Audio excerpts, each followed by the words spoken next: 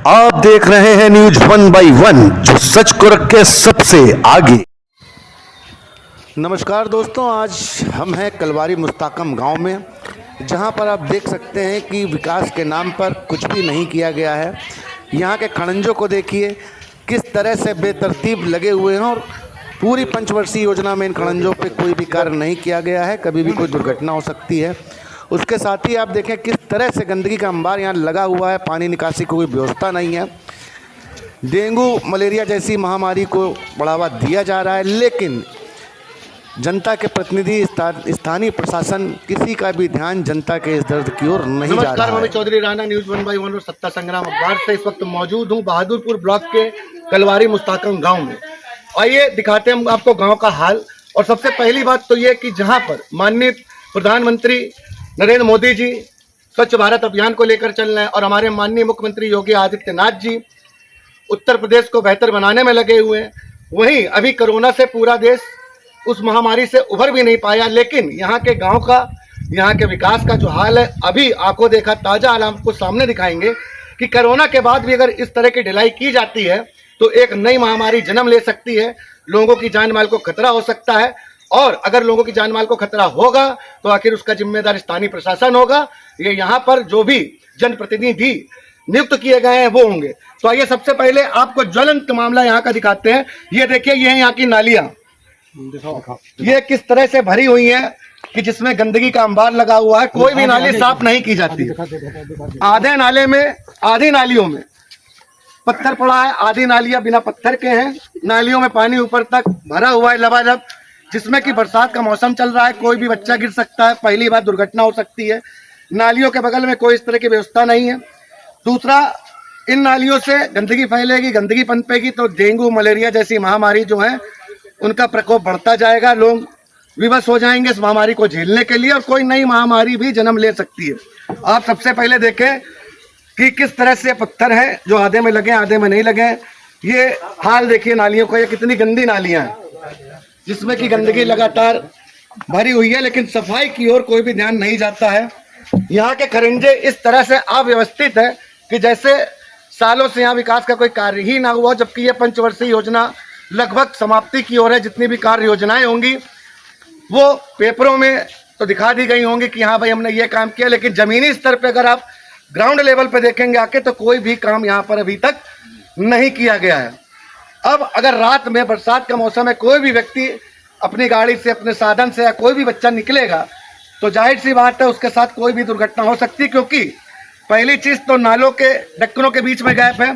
दूसरा, ये जो खरंजे हैं ये भी अव्यवस्थित रूप से हैं, जो कि सालों से बिछाए ही नहीं गए हैं। अगर कोई गाड़ी आती है, किसी का कुछ भी होता है, कोई एक्सीडेंट होता है, तो आखिर उसका जिम्मेदार कौन होगा? आइए यहाँ के स्थानीय निवासियों से जानते हैं यहाँ का खस्ता हाल कि किस तरह की जिंदगी जीने पे वो मजबूर है, जबकि सभी जितने भी स्थानीय निवासी हैं, भले वो गवर्नमेंट एम्प्लॉय हो या प्राइवेट हो, वो सभी लोग टैक्स देते हैं। जिस टैक्स के लिए आपको सरकार सुविधा मुहैया कराती है, उन टैक्स से जिस पर भी कार्य नहीं होता। ऐसा नहीं कि अपना हक मांग रहे हैं तो आपसे भीख मांग रहे हैं, बाकायदा टैक्स देते हैं। आज अगर अरहर की दाल का रेट इतना है तो जाहिर सी बात है ये टैक्स दे रहे हैं इसलिए इतना। अगर ये टैक्स ना दे रहे होते तो दाल सस्ती होती। पेट्रोल महंगा है तो टैक्स देने के कारण महंगा है, जिससे कि लोगों को विकास के लिए पैसा भेजा जाता है, चाहे वो ग्राम प्रधान हो, चाहे वो विधायक हो, चाहे वो मंत्री हो, और सरकारी कर्मचारियों की सैलरी भी आप जनता के आम टैक्स से ही आती है। तो आइए रूबरू होते हैं यहाँ की जनता से।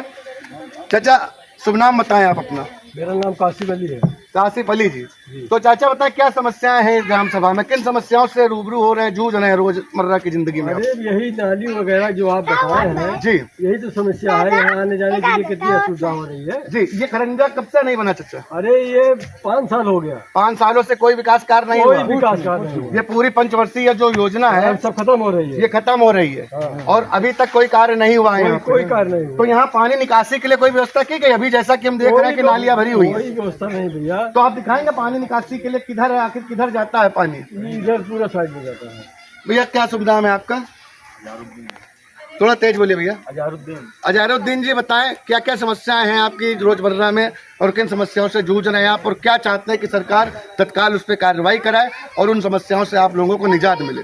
बारिश से ये नाला जो बना हुआ है आज जी। 5 साल हो गया, बाइक वाले आते जाते हैं, गाड़ी पलट भी जाती पलट जाती है गाड़ी, पलट जाती है, तो लेकिन चुटाइल भी कोई- हो जाते होंगे, हाँ, चोट लगती घायल भी हो जाती है, चोट भी लग जाता है जी। लेकिन कोई कार्रवाई नहीं हो रही है, ना रोड का काम हो रहा है ना नाले का काम हो रहा तो है। इसकी शिकायत आपने स्थानीय प्रशासन, प्रधान, विधायक किसी से करी? किया गया लेकिन कोई सुनवाई नहीं होती। कोई सुनवाई नहीं करता है। कोई सुनवाई, तो आते हैं पैसा लेकर के चले जाते हैं। अच्छा, पैसा कौन लेके जाता है यहाँ से आप?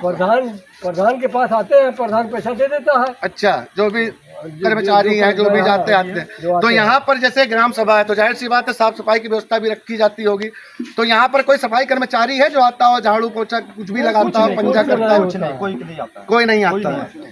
तो दोस्तों, ये है हाल इस ग्राम सभा का, कलवारी मुस्ताकम जिसका नाम है। जैसा कि आप जान रहे हैं, आखिर इंसान प्रधानमंत्री या प्रधान या विधायक या सांसद या मिनिस्टर क्यों नियुक्त करता है? ताकि उनको वो उनकी ज़रूरतों के अनुसार सुविधा मुहैया करा सकें, उनकी तकलीफ़ों को समझें और उस पर अपना कार्य करें। आइए आगे का भी हाल देखते हैं कि किस तरह से यहाँ का खरंजा दिखाओ, आप किस तरह का है आप खरंजा दिखाओ। ये वाला दिखा दीजिए ना, इधर दक्षिण साइड वाला। यहाँ पे टाली पलटा। अब ये देखिए, यहाँ तक ये खरंजा है जो कि पहले का ही बिछा हुआ है, अभी उस पर कोई काम नहीं हुआ है। यहाँ से खरंजा गायब है। अगर रात बिरात कोई आता है, कोई गाड़ी लेके, ट्राली लेके, कुछ लेके, तो सीधा का सीधा उधर चला जाएगा। रात का रात हम लोग सोते नहीं है। ठीक है, और कोई भी घटना दुर्घटना हो सकती है। जी बताइए चाचा। कोई आता है, गिर जाता है तो हम लोग को रात का रात सोना नहीं होता है। अच्छा, आप लोग अपनी जिम्मेदारी से उसका दवा दारू उठाना बैठाना। क्या करेंगे? जी बाहरी आदमी है, जी। उसका सहायता कोई देने वाला होगा जी, तो बिल्कुल सहायता नहीं दिया जाएगा तो मरेगा, गिरेगा। बिल्कुल सही बात। ठंडी में आया बेचारा, जी, बताएं भाई साहब। मारुति वाला इसमें फंस गया। जी, रात इधर भर देखिए। रात भर यहाँ पे जो है बेचारा फैमिली लेकर के जी। और ठंडी में उतरा, तब सुबह हम लोग निकाले, तब वो लेके रजाई फजाई दे करके बेचारे को लाया गया। और यहाँ कौड़ा जला करके यही जगह है, ठंडी में मर जाते बेचारे, ठंडी से बैठा गया। ठंडी से बेचारे मर जाते।